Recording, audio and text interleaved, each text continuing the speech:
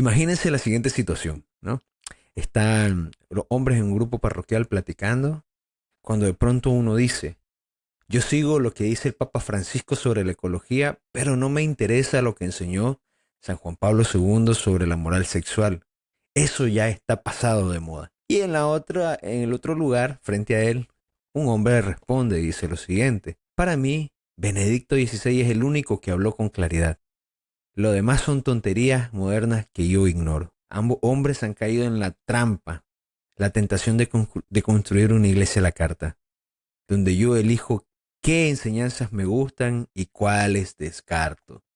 Bienvenidos, caballeros, a la tragicomedia de la actualidad, la división papista, la atrofia de creer que son bandos enfrentados dentro de la misma iglesia.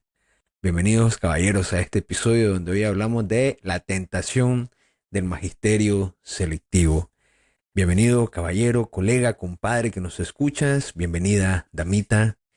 Bienvenido, don Alejandro Torres, el hombre que está entrando en constancia nuevamente en este podcast en Templarios Digitales. ¿Cómo está, hermano? Estoy bien, tranquilo, y vamos a entrar en este tema que yo lo bautizo como en palabras de su santidad el Papa Francisco, la fe licuada, parafraseando. Sí, le saluda a su servidor de siempre, Edwin Vargas, sí, retomando las palabras de Alejandro, ¿no?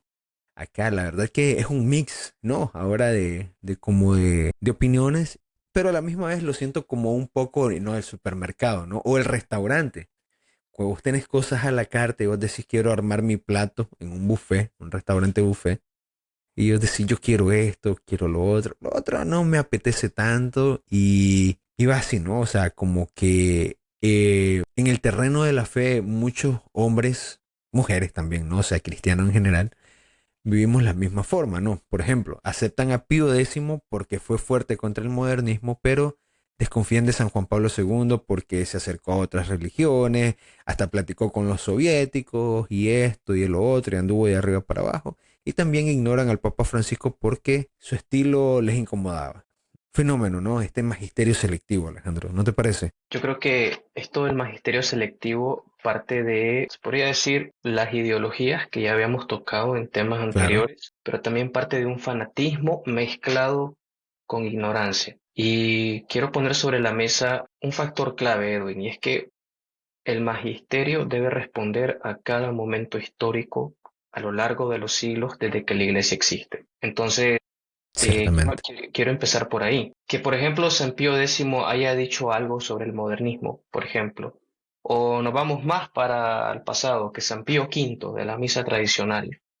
O más al pasado, creo que era Urbano II, el de las cruzadas, por ejemplo, el Deus Vult. O más al pasado, San Pedro en el Concilio de Jerusalén. Cada uno de ellos, o bueno, vámonos al Papa que dijo, que agarró todo el canon de la Biblia en aquel remoto concilio de Roma en el 382 y dijo, esta es la palabra de Dios. O sea, estamos hablando de decisiones, de enseñanzas, de catequesis, por decirlo así, de diferentes papas a lo largo de los siglos y que al día de hoy tienen consonancia, pero que cada una fue hecha respecto a una necesidad de su tiempo específico y particular. Entonces, quiero Sí, empezar por ahí. totalmente la razón. Me causa mucha gracia porque, por ejemplo, cuando hablamos de los tres concilios, ¿no? Porque comenzó en Constantinopla, siguió en Roma y terminó en Cartago para la definición del canon.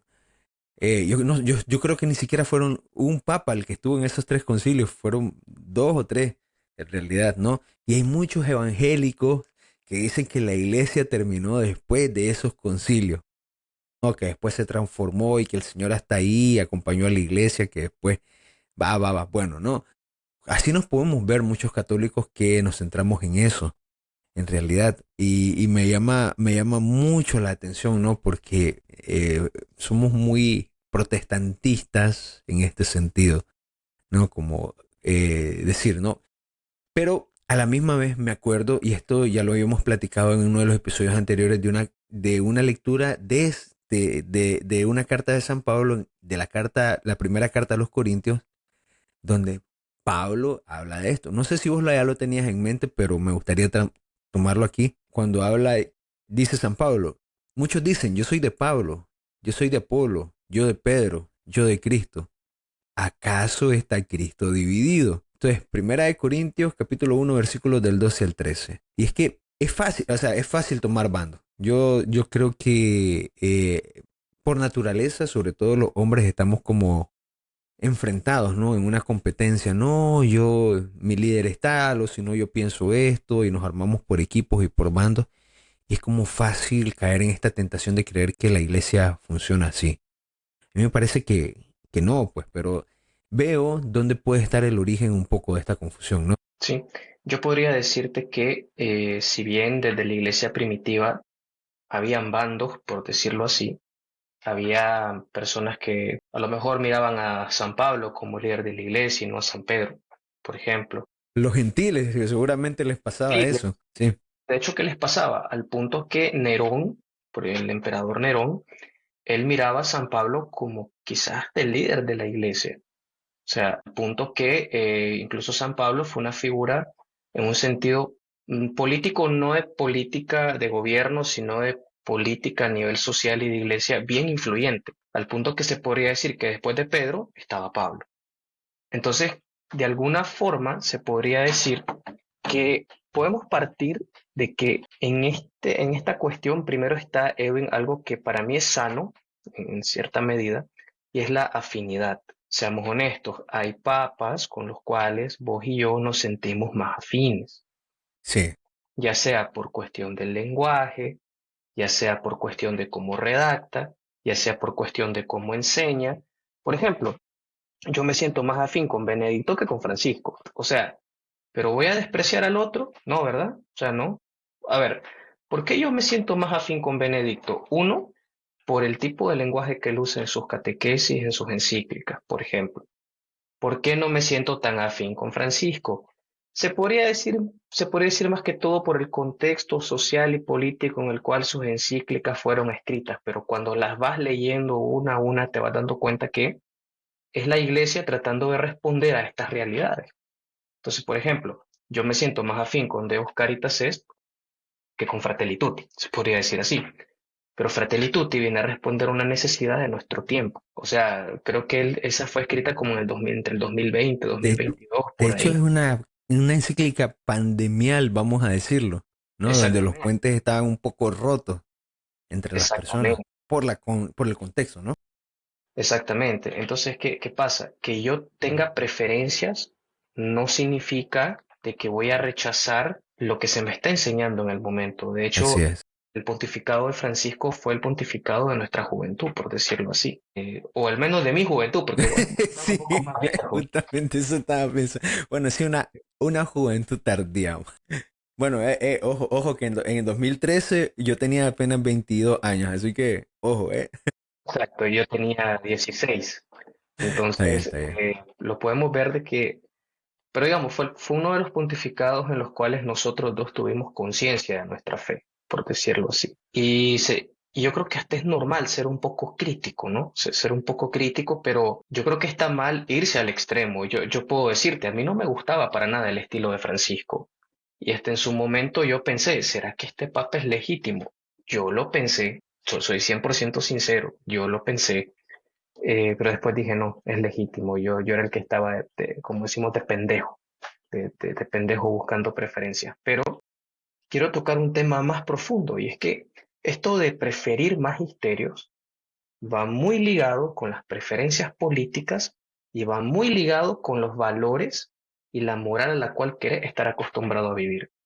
No por nada, y tocando un poco los temas anteriores, por decirlo así, de manera rápida, no sé si te has fijado que los católicos conservadores o tradicionalistas son una cúpula que usualmente se rige con mucho dinero. No sé Mm, si te has yo puesto a soy pensar. tradicionalista y no tengo... No. Yo me Ajá. refiero a estos tradicionalistas de la fraternidad sacerdotal San Pío X. O sea, Conozco a algunos que no son generalmente tan adinerados, pero sí, entiendo el punto, entiendo el punto. sí, digamos, son gente que de alguna forma comulga con valores, se podría decir que eran más valorizados antiguamente, ¿no? De irse a la belleza, a lo bueno, a lo verdadero. Y si te vas al catolicismo actual, digamos del posconcilio, digamos un catolicismo que está más en las masas carismáticas, más emocional, más de, se puede decir que está protestantizado en algunas partes, puedes ver que las personas que van a este tipo de catolicismo usualmente comulgan de una u otra forma con el comunismo, comulgan de una u otra forma con el socialismo. Son personas que buscan de quién depender. Y por el otro lado, son personas que buscan no depender de nadie. Y vos te quedas pensando, o sea, ¿qué tiene que ver sus filiaciones políticas, su forma de vida con el magisterio que eligen? Pues todo, porque ellos van a buscar a través de la fe confirmar aquello en lo que creen y en lo que esperan. Por eso es que, por ejemplo, tradicionalistas no gustaban de Francisco. Te Sí. pongo eso en la mesa. Y te pones a pensar, bueno, ¿será que vale la pena decir, muchos dicen el Papa no es infalible en todo lo que dice, así que puedo ignorarlo? Yo creo que ahí está un error, pero lo voy a tocar más adelante. Ahorita quiero tus comentarios respecto a lo que acabo de decir. Mira, yo creo que, bueno, más allá de eso, de lo que estabas diciendo, ¿no?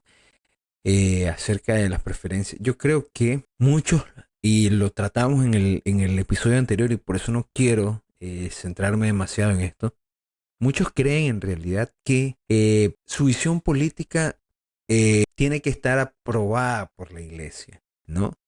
O tiene que conciliarse una y la otra, cuando en realidad lo que la iglesia viene a hacer es iluminar todas las realidades de la vida, incluso la esfera política, pero la iglesia no es política. Entonces ahí es donde entra la confusión, ¿no? Y donde comienzan los conflictos, porque los de derecha, como los de izquierda, quieren la iglesia para sí mismos, ¿no? Porque al tener a la iglesia para sí mismos, pues tenés básicamente a Dios de tu lado. O sea, ¿quién le va a quitar la razón a Dios? No. Es decir, seamos francos, no es un gran tesoro al final y al cabo en el banco político, pero no es para eso que está la iglesia. Dicho eso, pues sí me gustaría hablar acerca de la infalibilidad, porque es un tema que teníamos aquí anotado y yo quisiera, si me permitís, introducirlo un poco, porque la verdad es que, a ver, ahí es donde yo creo que entra la gran división, para mí, a mi gusto. Nosotros habíamos estructurado el tema de esta manera y gracias a Francisco Espinosa, que nos ha ayudado a ordenar este tema, ¿no? Y lo vi también prudente para hacerlo así, porque muchos se basan en decir, la infalibilidad papal terminó en tal año, ¿no? O con tal papá, o ya no hay infalibilidad papal, o ya no hay sucesión papal, dicen, porque estos papas son espurios, están elegidos en concilios no sé qué, no sé cuánto, ¿no? Mm. Y confunden una opinión personal con la infalibilidad papal. Me gustaría leerles aquí un texto del Concilio Vaticano primero, ¿ok? Concilio Vaticano primero de 1870 sobre la infalibilidad papal. Esto es doctrina y tradición de la Iglesia a la misma vez del concilio. Y esto, Alejandro, tal vez lo tendrás vos mismo, así que si coincidimos, pues avanzamos sobre el tema. El romano pontífice, dice el concilio sobre la infalibilidad papal, cuando habla ex cátedra, es decir, cuando ejerce su oficio de pastor y doctor de todos los cristianos, define con su suprema autoridad apostólica una doctrina sobre la fe o las costumbres que debe ser sostenida. Escucha esto, esto no es como que al Papa se le vino un pensamiento a la mente y dijo, esta es doctrina de la iglesia, no. Dice que debe ser sostenida por toda la iglesia. Goza por la asistencia divina prometida a Pedro de aquella infalibilidad de la que el divino Redentor quiso dotar a su iglesia. Esto está en el documento de ese concilio llamado Pastor a Eternus. ¿Ok? En otras palabras, no es infalible en todo lo que piensa, dice o hace. Solo es infalible cuando, como sucesor de Pedro, proclama solemnemente la enseñanza moral. Te dejo algo aquí nomás de una sola vez para cerrar esta parte desde mi punto de vista, ¿no? Un caso concreto de 1950, ¿ok? Eso ya para que hablamos de la iglesia, vamos a decirlo, moderna, aunque realmente está dentro de ese proceso previo a la entrada del Concilio Vaticano II. El 1 de noviembre de 1950, el Papa Pío XII ya es santo, ¿o no?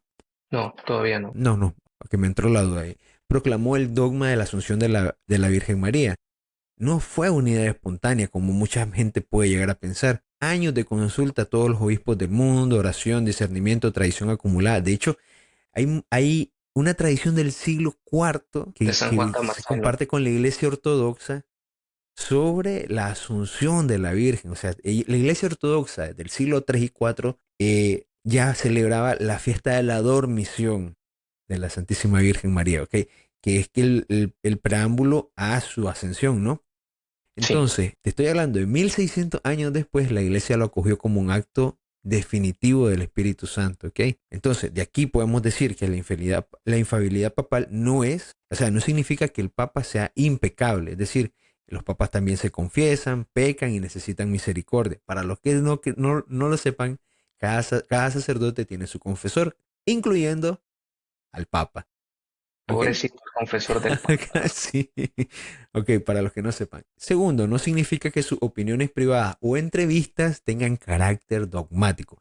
En este aspecto yo me peleé con alguien en Instagram, les comentaba la otra vez, porque alguien estaba haciendo decir que una entrevista del Papa Juan Pablo II sobre su pensamiento acerca de Medjugorje ya dejaba a Medjugorje como inválido, cuando el Papa lo que hizo fue dar una opinión en una entrevista, ¿no? Y esto no tiene el mismo nivel, no significa que haya infalibilidad en ese caso, ¿no? Tercero, la infalibilidad no es que el Espíritu Santo anule su libertad humana. El Papa puede hacer lo que se le plazca, tener opinión política, etcétera, ¿no? Como cualquiera de nosotros. Y por último, y con esto quiero cederte la palabra, no significa que todo documento pastoral o discurso sea infalible. Puede ser que venga el Papa siguiente, por ejemplo, en este caso León XIV, que sucede a Papa Francisco, agarre y tire tal carta o tal encíclica y diga, no, esto no es correcto ante la iglesia.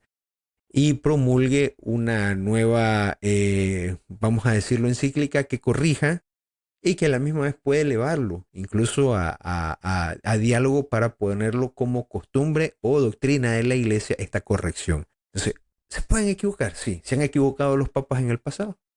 Sí, Varias sí, veces. sí, sí. O sea, entonces la infalibilidad recae en la doctrina, ¿no?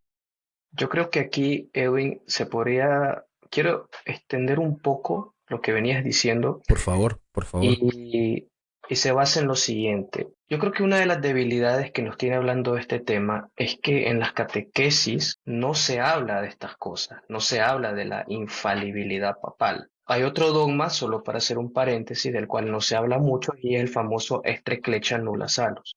Fuera de la evangelización. Es una gran cantidad de peleas en Facebook, por eso, mi hermano.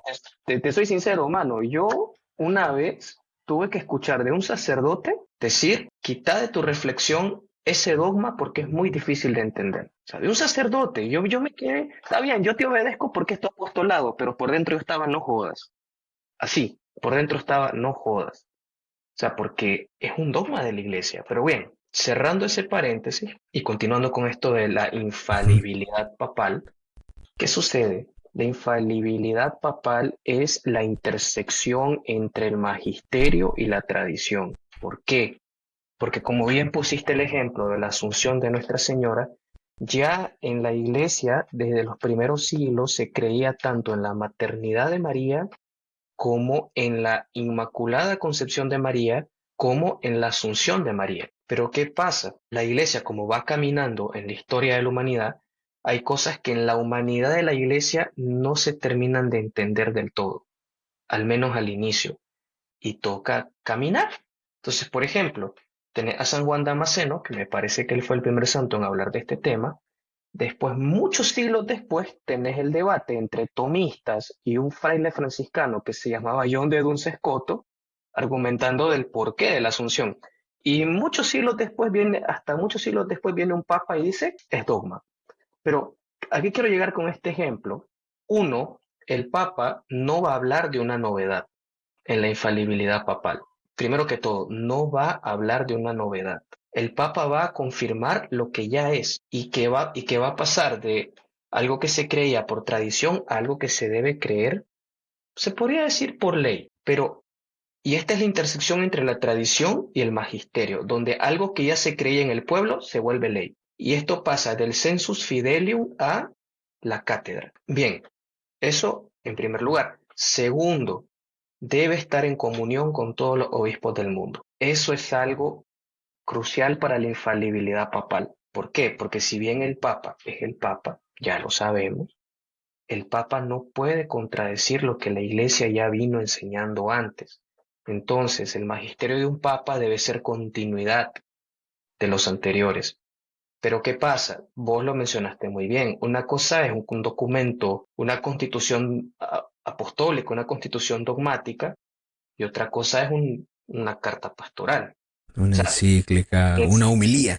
exacto, una homilía. Por ejemplo, no va a tener el mismo peso Tradiciones Custodes o Summorum Pontificum, o sea, que son de dos papas diferentes, que son escritos pastorales, que son motus propios, no van a tener el peso que tiene, por ejemplo, Deus Caritas Est, o que tiene, por ejemplo, De Lexis Nos Amó, que fue la última encíclica del Papa Francisco. No va a tener el mismo peso que la encíclica que aprobaba la misa tradicional, por ejemplo, o la Claro. encíclica o el documento que acabas de citar, Pastor Eternus, por A ejemplo. eternos, a eternos. Ent- Sí, sí, sí. Entonces, ¿qué Totalmente de sucede? acuerdo. Exacto, entonces, ¿qué sucede? Entre los mismos documentos de la Iglesia hay pesos y los documentos de mayor rango que ya entran en el tema de la infalibilidad no pueden contradecir a los anteriores. Te voy a poner un ejemplo claro. ¿Cuál fue el último papa que hizo o se valió del uso de este dogma de la infalibilidad papal? San Juan Pablo II, con el tema de la ordenación de mujeres. San Juan Pablo II vino y de forma ex cátedra, en comunión con todos los obispos del mundo y afirmando lo que la Iglesia ya creía por tradición, él dijo: el sacerdocio solo es para los varones y eso no se cambia. Decime, ¿quién fue al Papa que pasaron molestando años con esto recientemente? Francisco. Papa Francisco. Exacto. ¿Y Francisco qué dijo? No se puede. ¿Por qué no se puede? Porque un papa anterior ex cátedra dijo no se puede. Entonces, realmente este dogma no es para que el papa haga lo que se le dé su santa gana. No es eso. Si por eso fuera, yo creo que no existiría iglesia ahorita. Imagínense. Pero, No lo exacto. crea. Entonces, ¿qué pasa? Este dogma, para resumirlo, uno, no va a contradecir los 2000 años de historia de caminar de la Iglesia al día de hoy, no va a dañar la comunión entre el colegio de los cardenales y los obispos, y solo va a afirmar y reafirmar aquello en lo cual ya se creía. ¿Por qué? Porque el depósito de la fe, la revelación pública, está en Cristo y Cristo ya reveló todo. O sea, Cristo ya reveló todo. O sea, los únicos que podían, digámoslo así, agregar a la revelación pública eran sus apóstoles. Después de ahí nadie más. Entonces, no es que un papa, cuando está siendo infalible, dice algo nuevo. No, él no dice algo No. nuevo. Él reafirma lo que ya se creía. Entonces, es eso. Sí. ¿Qué pasa? Que para mi gusto también, continuando con lo que has venido diciendo, ¿no? Cuando nosotros hablamos de acerca de la infalibilidad papal y por qué lo traemos a este tema del magisterio selectivo, sucede que cuando, por ejemplo, a ver, hay muchos del lobby LGBT, por ejemplo, que dicen que el Papa ha aprobado al lobby porque ha mostrado simpatía por algunos sacerdotes que se han acercado a esta tendencia y porque ha mostrado una simpatía cercana sobre personas eh, que están dentro de esta comunidad o este grupo, de esta minoría, ¿no? Entonces dice, como el Papa muestra afecto para esto y el Papa pues es el vicario de Cristo, entonces toda la Iglesia Universal debería de aceptarnos, ¿no? De incluirnos. No hacerlo significa ir en contra, porque si el Papa ya lo aprobó, o sea, vean esto, primero tergiversan, ¿no? Las cosas de lo que es,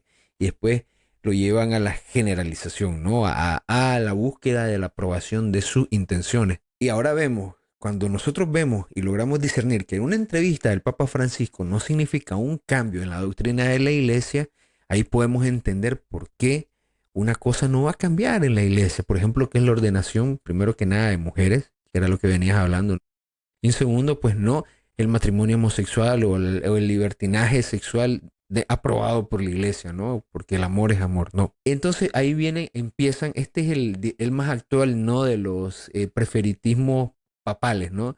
Porque empiezan y dicen, no, es que Francisco vino a reformar todo lo que Benedicto quiso hacer duro y nos abrió las puertas de la iglesia y esto y lo otro. Pero no es cierto, no es cierto, porque el Papa Francisco, cuando uno lee las encíclicas, uno claramente ve que ha leído las encíclicas de Benedicto XIII, Benedicto XIII, como le quieran decir, 16, perdón, 16, Benedicto Ajá. XVI, perdón, estaba pensando en otro Benedicto muy bueno, un gran hombre, que las leyó y que se sentó a platicar con él, como efectivamente lo hizo durante muchos años, porque el Papa convivió con su antecesor, ¿ok? Entonces, yo creo que aquí está, aquí, esta batalla es sobre lo que yo quiero, en realidad, más que sobre que el Papa me ha dado la razón, ¿no? Porque ya vemos que ya hemos discernido aquí nosotros en palabras suaves, o sea, ni siquiera somos teólogos, está fácil para que el creyente pueda entender, de que todo se reduce al final del día a la tradición entre la modernidad, ¿no? O ante mis preferencias políticas o mis preferencias sexuales incluso, frente a lo que me pide la moral de la iglesia o lo que los papas efectivamente han hablado, ¿no? A ver, se los pongo aquí, ¿no? Se los pongo aquí. Imagínense que estando hombres platicando, ¿no? En un café. Y dice uno, yo solo sigo lo que enseñaron San Juan Pablo II y Benedicto XVI, que es muy común esto, ¿eh? Oigan esto, esto es muy común en nuestra generación. Y el otro responde, pues yo creo que ahora hay que escuchar solo al Papa Francisco y dejar atrás esas cosas viejas. Como que hubiera un parteaguas entre los papas, ¿no? Como que dirigieran iglesias diferentes, al fin y al cabo. O como que fueran presidentes, ¿viste? Que se dan estos cambios de presidencia en un país y de pronto todo lo que venía haciendo el presidente anterior lo tiran por la borda y comienzan a hacer su proyecto político desde cero. Y justamente eso pasa porque estamos acostumbrados a una democracia que tiene sus bases en filosofía masónica. Justamente por eso, o sea, nosotros pensamos que la iglesia es una democracia y no es así.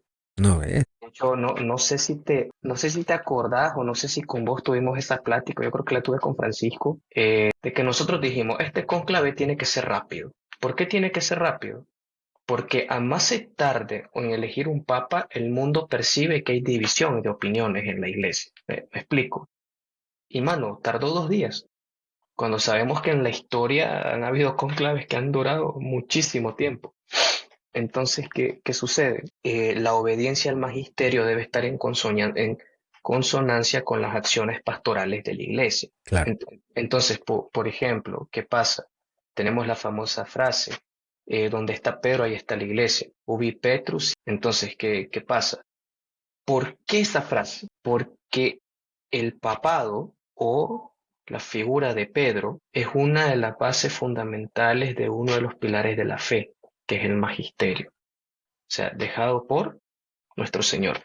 Se podría decir, a mi criterio, me puedo equivocar, no soy papa y esto no es infalibilidad papal, pero el ministerio petrino es incluso más importante que la Sagrada Escritura. ¿Por qué? Porque sin ministerio petrino no hubiera Sagrada Escritura. Y es una cosa de senso, ¿no? O sea, de sentido común, ¿no? Exacto, Totalmente de acuerdo con vos.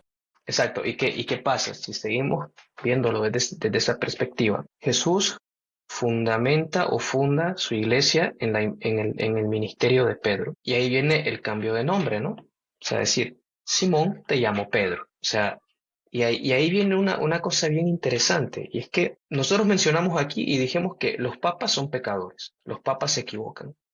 ¿Sabes qué significa el nombre Simón? Eh, a ver, vara quebradiza, algo así. Vara quebradiza, caña quebradiza, o sea, Ah, significa, caña es, perdón, tenés razón. significa debilidad, en otras palabras, debilidad. O sea, Cristo está diciendo, yo sé que eres débil, yo sé que eres cobarde, yo sé que te estás equivocando, pero yo te elegí y te pongo el nombre de Pedro, o sea, piedra. Y Que en es arameo me gusta más lo que le dice en realidad. que le Dice dice, kefa. Kefas. O Kefa es sea, una piedra importante en una construcción del kefa. exacto. Kefas. Entonces, ¿qué pasa? Primero que todo, Jesús fundamenta, y eso es interesante, porque el Papa, siendo vicario de Cristo, él es quien tiene que decir el camino que vamos a seguir es tal. O sea, no importa lo que opines, no importa lo que pensés, no importa si estás de acuerdo o no, el camino es tal. Debes confiar. ¿Por qué? Porque Cristo es el Señor. Ya está, ya está. O sea, ahora, ese ya está se puede traducir en otras cosas. Por ejemplo, ¿qué pasa? El Papa ya está claro que fue, o el ministerio petrino fue instituido por el mismo Señor. O sea, fue un Así es. mandato o un decreto divino, por decirlo así. Siguiendo eso, no sé si le pusiste atención, o yo creo que sí, ¿no? A mí me llama mucho la atención cuando, y esto se sabe por la tradición, cuando Pedro va para Roma, digamos ya. Sí. Exacto, que San Pablo como que ya lo quieren matar y todo. Y, y Pedro viene, digamos, la iglesia no quiere que Pedro muera, la iglesia no quiere. Incluso Pedro aceptó huir. Y en eso ve al Señor y Pedro dice, Quo vadis Domine, ¿dónde vas? Señor, Señor, ¿dónde vas? Ve a Jesús otra vez cargando la cruz en dirección hacia Roma. Exacto. Y Jesús le dice, voy a morir de nuevo. Y Pedro, no, yo voy. Ya entendí, yo voy. Ya. Yo entendí, ya entendí. Y curiosamente, por el sacrificio de Pedro, o donde está Pedro, donde Pedro fue crucificado, ahí está la sede. Al día de hoy, al momento de la grabación de este podcast. Entonces te pones a pensar, si un ministerio que fue fundado por el mismo Cristo, que se ha mantenido estable por más de 1990 años, casi que 2000 años, por decirlo así, que ha venido enseñando, iluminando, guiando por los siglos en todas las etapas de los últimos casi 2000 años de la iglesia. O sea, ¿acaso alguien pondría en tela de duda la acción del Espíritu Santo ahí? O sea, El problema, ante la evidencia el, científica de todo esto. mira, es que el problema a día de hoy yo siento, vean esto, yo siento que nosotros no somos de evidencias en este siglo, somos de opiniones, ¿no? Somos de creencias, de sentir, de emoción. Yo creo que ahí fallamos muchos, ¿no? Porque nos dejamos llevar y es que en redes sociales cualquiera puede opinar lo que sea, cualquiera puede decir lo que quiera, lo que se le cantó, repetir lo que otro dijo, que somos buenos en eso, ¿no? Muy pocos en realidad nos detenemos a analizar, ¿no? Juan 23, 1958, si no estoy mal. Corríjanme ahí los que nos escuchan, pero les decía que el primer encuentro de jóvenes que hubo de la iglesia, jóvenes de todo el mundo, les dijo, jóvenes del mundo, piensen en lo que sea, pero piensen. ¿Viste? Yo, Entonces vos decís, ¿cuánto bien nos haría esto, no? A día de hoy. Eh, en TikTok es fácil desatar la guerra, ¿no? Porque puedes decir algo mínimamente controversial a día de hoy y vas a tener a alguien si lo dijiste contra alguien de izquierda, va a venir alguien de derecha y te va a insultar. Perdón, alguien de izquierda y te va a insultar. O si no, si es alguien de derecha contra el que dijiste esto, va a venir y te va a insultar. ¿En qué momento Cristo está dividido, ¿no? Como dice San Pablo. Dentro de la misma iglesia sucede también, ¿no?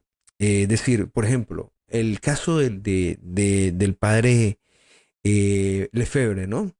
Creo que Marcelo, el caso más clásico, siento yo, aunque no es el único en realidad.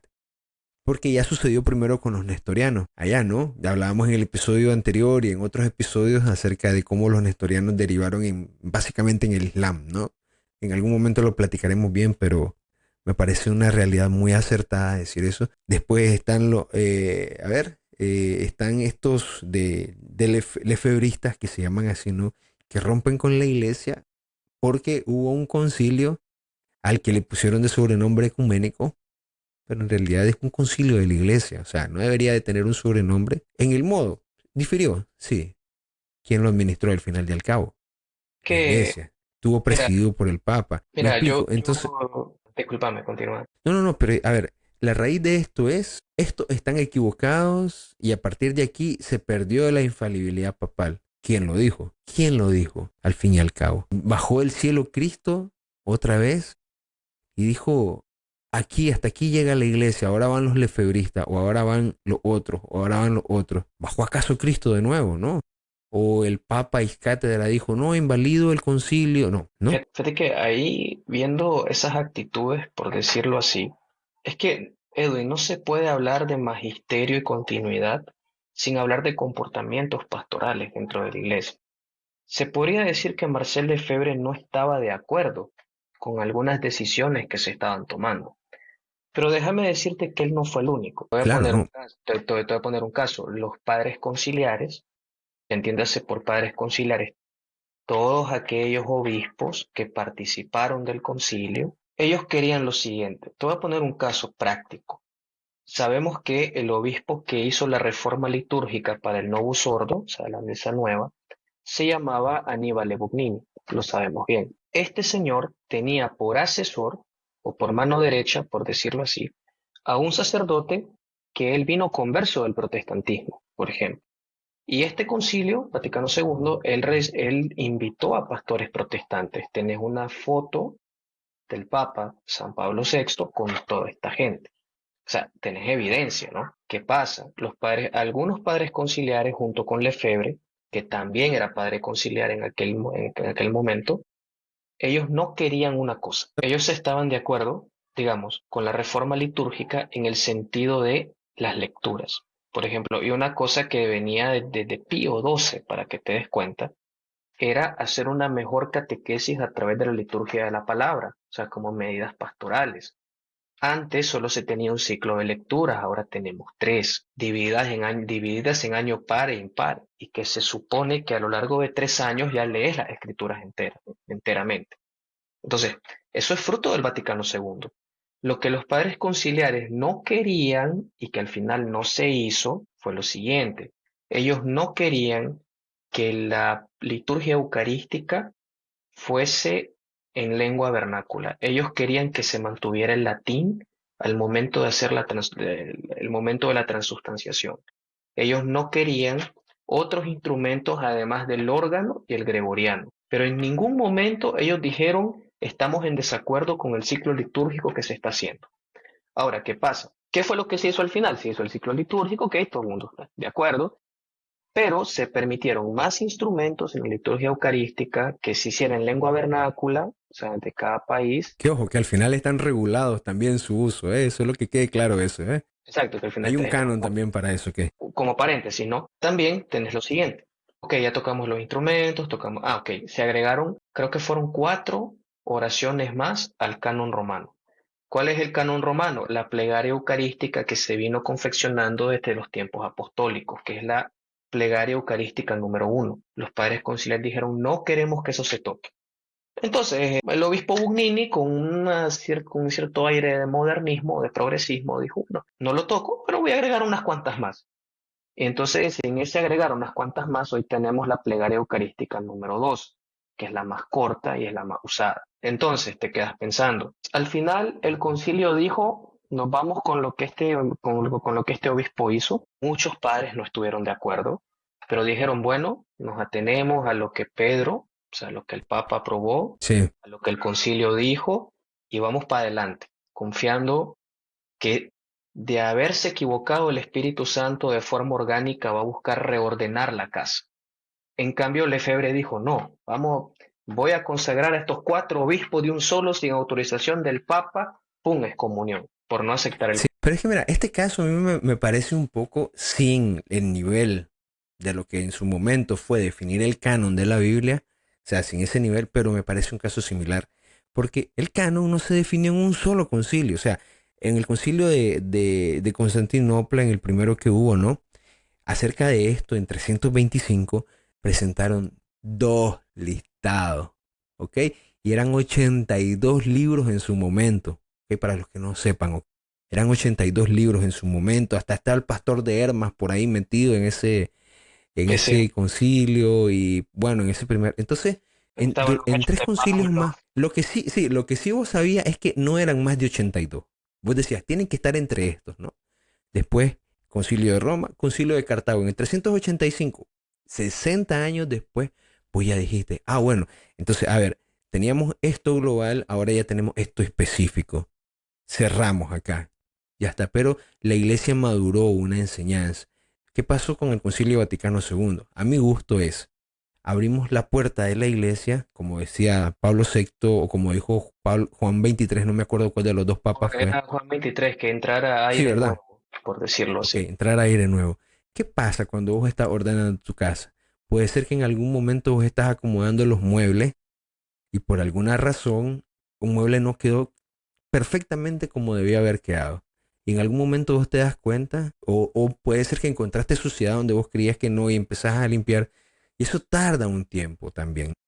Al abrir las puertas, en cierto modo, vos podías permitir ciertos errores que están cometiendo, pero la iglesia puede venir otra vez y sentarse y mejorar lo que el Concilio Vaticano II hizo y terminar de cerrar esa brecha donde ya vieron que pues se están colando algunas cosas, ¿no? Pues no me parece que la iglesia se haya equivocado. La iglesia dio el paso correcto hacia el encuentro de una humanidad que estaba en una época moderna.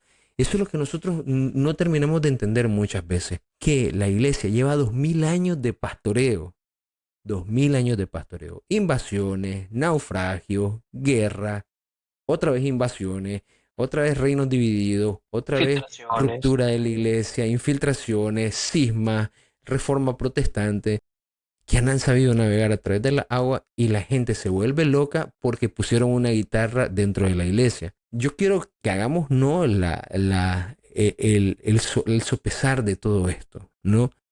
Porque al fin y al cabo, ok, si yo voy a una iglesia al otro lado del mundo, es la misma estructura al fin y al cabo. A ver, yo me vine para acá, al país donde estoy viviendo, ¿no? Cambió la lengua, acá sí se toca con órgano, pero la estructura de la misa es lo mismo, hasta el punto que en el principio yo no hablaba bien el idioma, yo sabía en qué parte de la misa estaba y empezaba a recordarlo en español, ¿no? Exacto. A Entonces, mí me quiero que pasó eso, igual aquí. quiero rescatar esa gran bondad que el concilio me ha regalado, ¿no? Van a decir, pero es que el latín estaba en todos lados, pero el latín, perdón, es una lengua propia de la iglesia, pero que al fin y al cabo es un estudio más. O sea, allanarle el camino a otras personas que no tienen la manera de acercarse al latín, creo yo que es algo sabio que hizo la iglesia. Y no desterramos al latín, ¿no? Yo he ido a misa tridentina en latín, qué belleza, pero a la misma vez a mí me gusta sentir también estas palabras, ¿no? Y vean, yo soy bien nerdo, o sea, no se equivoquen conmigo, ¿no? Alejandro podrá ser todavía más monje loco, ¿no? Que más metido, que tira toda la doctrina y que no sé qué. A mí me gusta la tradición, a mí me gusta una misa llena de incienso, con solemnidad, ¿viste?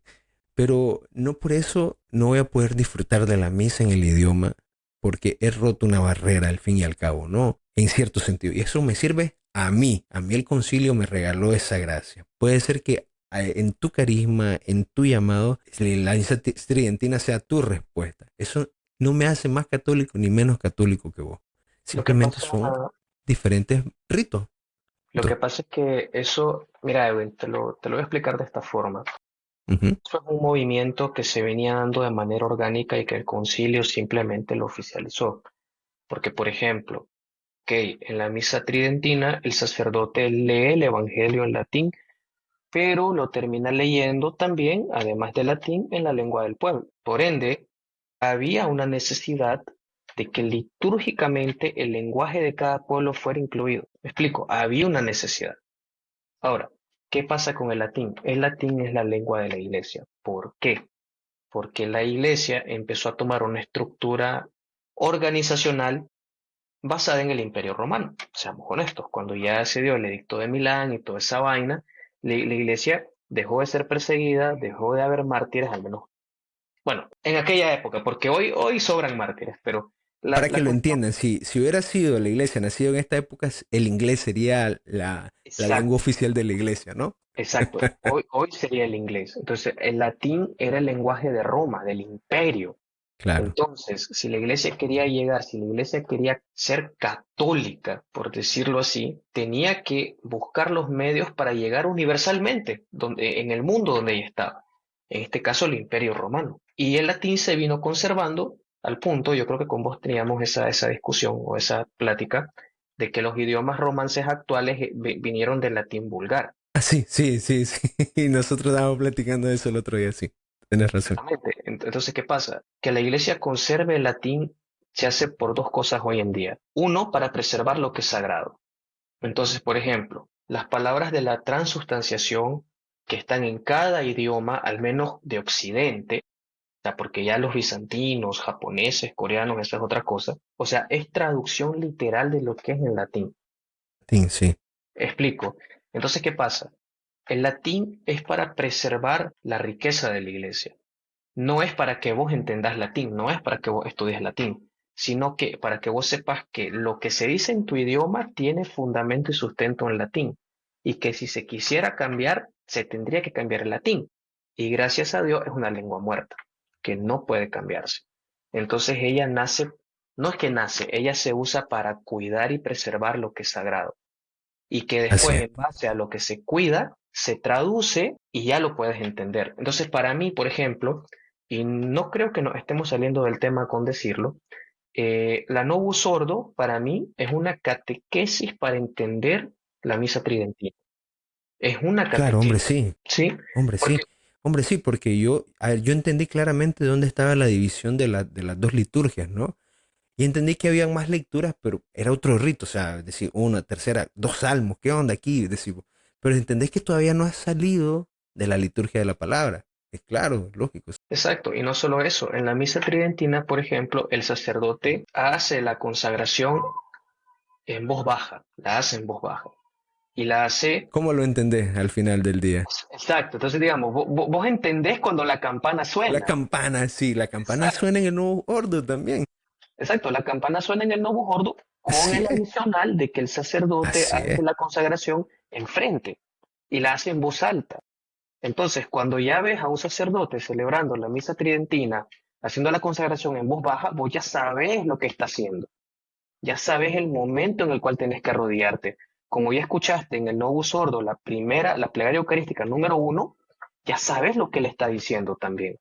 Entonces, Así es. entonces, no es que la misa nueva vino a reemplazar la misa antigua, no, es un solo rito que gracias a Dios uno va en consonancia con el otro, aunque algunos tradicionales les dé su cólera con lo que yo estoy diciendo, pero ¿qué tiene que ver esto que hablamos con el tema del magisterio? Todo, porque la misa antigua pasó por manos de papas, la misa nueva pasó por manos de papas. Y si hay una nueva reforma litúrgica, va a pasar por manos de otro papa. Entonces, Sí. ¿cuál vas a preferir? Y yo te digo, a ver, a ver, intervengo aquí. A ver, esto en el fondo para mí es decir, yo sé más que la iglesia. Yo decido qué parte escojo y cuál no. Y yo decido de dónde me parece a mí, ¿no? Es para mí una soberbia camuflada de tradicionalismo, si lo querés, ¿no? Pues en este caso, ¿no? Que puede ser una soberbia también de modernismo, porque hay modernistas que desprecian la misa tradicional. Dicen que es vieja usanza, que es cavernícola y el resto. No, para mí es básicamente venir y decir, hombre, ¿qué saben ustedes? Quítense de aquí. El que sabe aquí Soy yo. soy yo. No quítate tú para ponerme yo, ¿no? Y me parece, ¿no?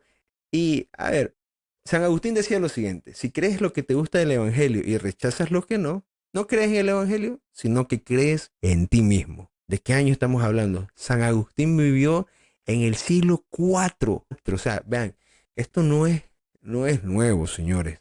No es nuevo. La gente vive queriendo agarrar a la iglesia para hacer lo que ellos quieren, ¿no? Y tenemos que quitarnos ese complejo. A ver, imagínate, Alejandro, que vos tenés una casa donde vos me recibís siempre, todos los días, pero es tu casa, son tus reglas, en tu casa, y yo llego a querer cambiar los muebles del lugar porque me parece que tu sala está mal ordenada, ¿qué me vas a decir? Hey, ¿qué está pasando? Me Mira, das una patada en el, ya sabes dónde, y me decís, va, lejos de aquí. Lo mismo pasa con la iglesia. No es- o sea, yo habito en ella, Dios me ha abierto su casa, pero al fin y al cabo sigue siendo casa de Dios, no mía. Y ahí es donde nos confundimos todos. yo creo que ahí está lo de la Sagrada Escritura de que somos hijos en el Hijo por adopción. O sea, nosotros somos invitados, nos beneficiamos, porque no sé si has escuchado que para que haya misa solo necesitas al sacerdote. O sea, no necesitas que se te llene el templo, simplemente No, necesitas al Padre que consagre y ya está. O sea, ¿por qué? Porque ahí está la iglesia purgante, la iglesia triunfante, etcétera, etcétera, y el sacerdote representando la iglesia militante. Entonces nosotros nos beneficiamos de la misa, pero realmente nosotros no tenemos ni debemos estar obligados a tener una participación protagónica, que en nuestro tiempo sí se puede, por ejemplo, que un laico lea en las misas, que la Eucaristía, medidas pastorales que la autoridad y el magisterio lo permiten, pero realmente no es obligatorio. Digamos que lo más básico de lo básico es nosotros beneficiarnos del sacrificio. totalmente de acuerdo, sí. Exacto. Entonces lo que pasa es simple, es la casa de Dios, Dios tiene sus reglas, y nosotros, no sé si te acordás cuando en la comunidad nos enseñaban de que en acto de humildad, obedecer al que te manda es de alguna forma creer que es Dios el que te está dirigiendo a través de quien te está Sí. ordenando las cosas. Entonces, por No te ejemplo, recuerdo estar tan de acuerdo en aquel momento. hermano, se madura, se madura, se madura. Sí, sí, sí. Se madura, poco a poco se madura. Sí, Yo pensaba que Francisco era masón. sí, no, imagínate. Imagínate, y lo Bueno, terminé, no, y lo terminé queriendo, o sea, me acuerdo que en su última encíclica yo hasta daban ganas de llorar en su encíclica Dilexis Nos, o sea, yo decía, Dios mío, este es un abuelito dando su testamento, o sea, wow, es yo te buenazo. decía, yo siempre, a ver, yo soy muy pragmático con esto y yo creo que es parte de mi personalidad al fin y al cabo como de darle su lugar a las cosas y a las personas, ¿no? Es decir, a ver, fácil, mira, a ver, yo siempre me he reducido a esto para evitarme problemas porque siempre me pongo en el lugar de criaturas en estas cosas, ¿no? Y yo se las paso a ustedes porque me ha servido mucho a lo largo de la vida. A ver, si la iglesia la dirige Dios y es Dios quien elige, que me pongo a la defensiva, ¿no? Debería examinarme con eso, ¿no? Decir, a ver, vino un papa y el papa tiene estas características. Bueno, es cosa de Dios, él elige al final del día. Y que estar confiados en que Dios no va a querer el mal para su iglesia. No, en un primer lugar, ¿no? Dios nunca quiere el mal para su iglesia. Y hay una promesa bíblica detrás de todo esto. Tú eres Pedro, sobre esta piedra edificaré mi iglesia. Y las puertas del infierno No no prevalecerá. prevalecerán sobre ella. Que pueden venir papas que se equivocan, pero van a haber otros muy santos que van a corregir todo. Al fin y al cabo, la iglesia se va a mantener. Entonces, ¿por qué entrar en este pánico, ¿no? Y aquí quiero introducir ya como la última parte, ¿no? Para ir hablando, ¿no? Que hemos normalizado, vamos a decirlo, esta confusión, esta tormenta cultural y espiritual que hace confusión, ¿no?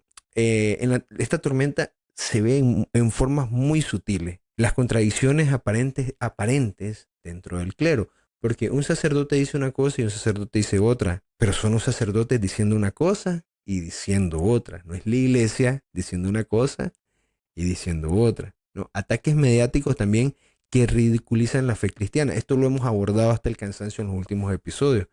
Y hoy hay una inseguridad en el hombre sobre qué camino seguir cuando cada voz dice algo distinto. Porque, a ver, creemos que al escuchar al sacerdote, incluso en las homilías, ¿no? Puede hacernos sentir que estamos escuchando totalmente a la iglesia. Pero sépanlo que las homilías ni siquiera son necesarias también en la misa. O sea, es un recurso que la iglesia usa para catequizar a sus fieles cuando los fieles no saben interpretar la Biblia a la luz de la doctrina católica, pero que en realidad en el Evangelio básicamente debería morir la liturgia de la palabra, pero que lo que dicen los sacerdotes no es infalible. Imagínense si el Papa no es infalible en sus homilías y habla un sacerdote común y corriente, no, está sujeto también a posibles errores o contradicciones, ¿no? Al fin y al cabo, las confusiones vienen porque no vamos a la fuente, porque no somos capaces de profundizar, porque no somos capaces de ir y ver más allá de lo que ves. O sea, se me viene a la mente una escena de una película que en este caso El Rey León 3. No sé si nunca la viste, pero es una cosa que la viste solamente si eras niño que era consumista de Disney, ¿no? Era la historia de Simba con Timón, Pumba, o sea Sí, pero que, la historia de Timón y Pumba contada, el Rey León contado desde los ojos de Timón y Pumba, ¿no? para no enredarnos, Rafiki le dice a Timón, tienes que ver más allá de lo que ves.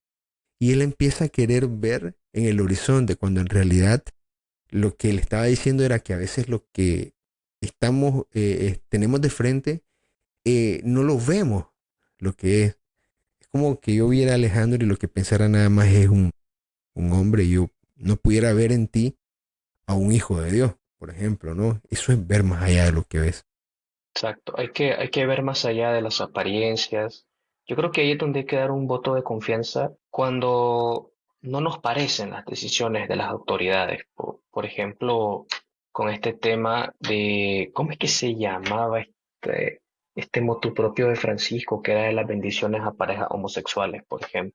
No lo recuerdo, pero de hecho tenemos un episodio, así que vayan a buscarlo, ¿no? Del año pasado, para que estaba calientito el asunto todavía. Así que Exacto, vayan a darse una vuelta. créeme, yo tampoco lo recuerdo. Pero, por ejemplo, esa fue una decisión polémica porque ¿cómo separabas, por ejemplo, la bendición a la persona del estado, del estado de vida de la persona y más si se presenta con una pareja y dicen abiertamente, soy homosexual? Entonces, ¿qué pasa? Muchos, muchos, créeme, muchos. Nosotros nos pasamos peleando como un mes antes del episodio, Sí, para que sepan exacto. todo el mundo. Hubo conflictos internos en este podcast y todo, pero al final lo que tocó aceptar es, bueno, si Roma lo decidió así, una razón tendrán, y si acaso fue una mala decisión, el Espíritu Santo se va a encargar de una u otra forma de corregirlo. Ya está. Y yo creo que eso es necesario, Edwin, porque yo creo que aquí vale la pena recordar, y cierro con esto, que nosotros estamos llamados a una guerra. Y voy a hablar en lenguaje 100% judío. Ok. Cuando Jesús viene y les dice a los apóstoles, síganme y los convertiré en pescadores de hombres, yo te pregunto, para los judíos, ¿qué significaba el mar? No sé, honestamente no sé. Entonces, para los judíos, a ver, ¿por qué crees que los apóstoles se asustaron cuando vieron a Jesús caminando sobre las aguas? Pensaban que era un fantasma, ¿no? Pensaban que era un fantasma, pensaban que era un demonio. ¿Por qué? Porque para los judíos el mar significaba el infierno, significaba lo malo, y la tierra significaba la religión. Entonces, cuando Jesús les dice a Pedro, a Andrés, a Juan, a Santiago, los voy a hacer pescadores de hombres, es decir, ustedes van a ir hasta las fauces del infierno a rescatar algo, hasta las fauces de todo lo malo del mundo a rescatar algo. Entonces, para ellos, o sea, para nosotros como paganos, por decirlo así, o hijos de paganos, es una analogía a decir, ay, qué bonito, a lo mejor el Señor vino y se agarró del oficio de pescadores y lo llamó de esa forma. Pero en el lenguaje judío eso tenía un peso más grande. Ahora, cuando ven a Jesús caminando sobre las aguas, dicen, este tiene poder por encima del infierno. Y cuando viene el mismo Jesús y le dice a Pedro, las puertas del infierno no prevalecerán contra ella, ¿cuándo has visto puertas prevaleciendo o puertas forcejeándose? No, es la iglesia que va a entrar por las puertas del infierno, se va a meter hasta el fondo del infierno a rescatar las almas. Y ahí es necesario tener unidad, ahí es necesario confiar, aun si no nos parecen las decisiones actuales, y simplemente rezar por las autoridades. Muchos, yo incluido, quienes hemos criticado a los papas, somos los que menos hemos rezado por ellos, los que menos hemos ofrecido penitencias, hemos ofrecido misas, los que menos hemos estado pendientes de su ángelus, de su magisterio ordinario. Es más, a veces ni del obispo del ordinario del local estamos pendientes del magisterio. O sea, y así decimos que queremos tener unidad cuando fuimos llamados a la guerra. Entonces, si lo vemos desde ese punto de vista, un ejército tiene organización. El capitán, el papa, están los subgenerales, los obispos, están los tenientes, los sacerdotes, están los cabos o los soldados, somos nosotros. Y si nuestro Señor dijo en lenguaje judío, se van a meter hasta las puertas del infierno, y yo te prometo a ti, Pedro, que el infierno no va a prevalecer, que ustedes van a ganar, y lo vieron caminando sobre las aguas, que para ellos significaba todo el mal que existía en el mundo, y que ese que les prometió que las puertas del infierno no iban a prevalecer, les dijo, lo haré pescadores de hombres. O sea, ahí es donde tenemos que tener nuestra confianza. Amén. Tal cual. Una perfecta analogía. Yo solo quisiera ir cerrando con algo de que Un santo de una gran devoción al que le tengo un gran aprecio, dijo San Agustín de Hipona. Decía lo siguiente sobre este tópico, ¿no? En lo esencial, unidad. En lo dudoso, libertad. Y en En todo, todo, caridad. caridad. ¿Ok? Entonces, así también como tenemos que caminar con el hermano, vamos hacia el reino de los cielos, no vamos todos juntos. Al fin y al cabo, creo yo que tenemos que tener esa delicadeza, ¿no? O sea, vamos en este ejército que hablaba Alejandro, vamos a una guerra contra un enemigo, no podemos ir así divididos. Entonces tenemos que en realidad ir a ser pescadores de hombres, pero no podemos ir yo desde mi posición, unos viniendo desde el cerro, otros viniendo desde el desierto. No, vamos todos juntos, o sea, a cumplir la misma misión y yo creo que ahí es donde nosotros tenemos que ir cerrando. Y pensarlo, ¿no? Se las dejamos de tarea, ¿no? A lo mejor no lo habían visto de esa manera. Y yo creo que me pareció un cierre perfecto para este episodio, Alejandro. No sé si tenías alguna última palabra para decirnos.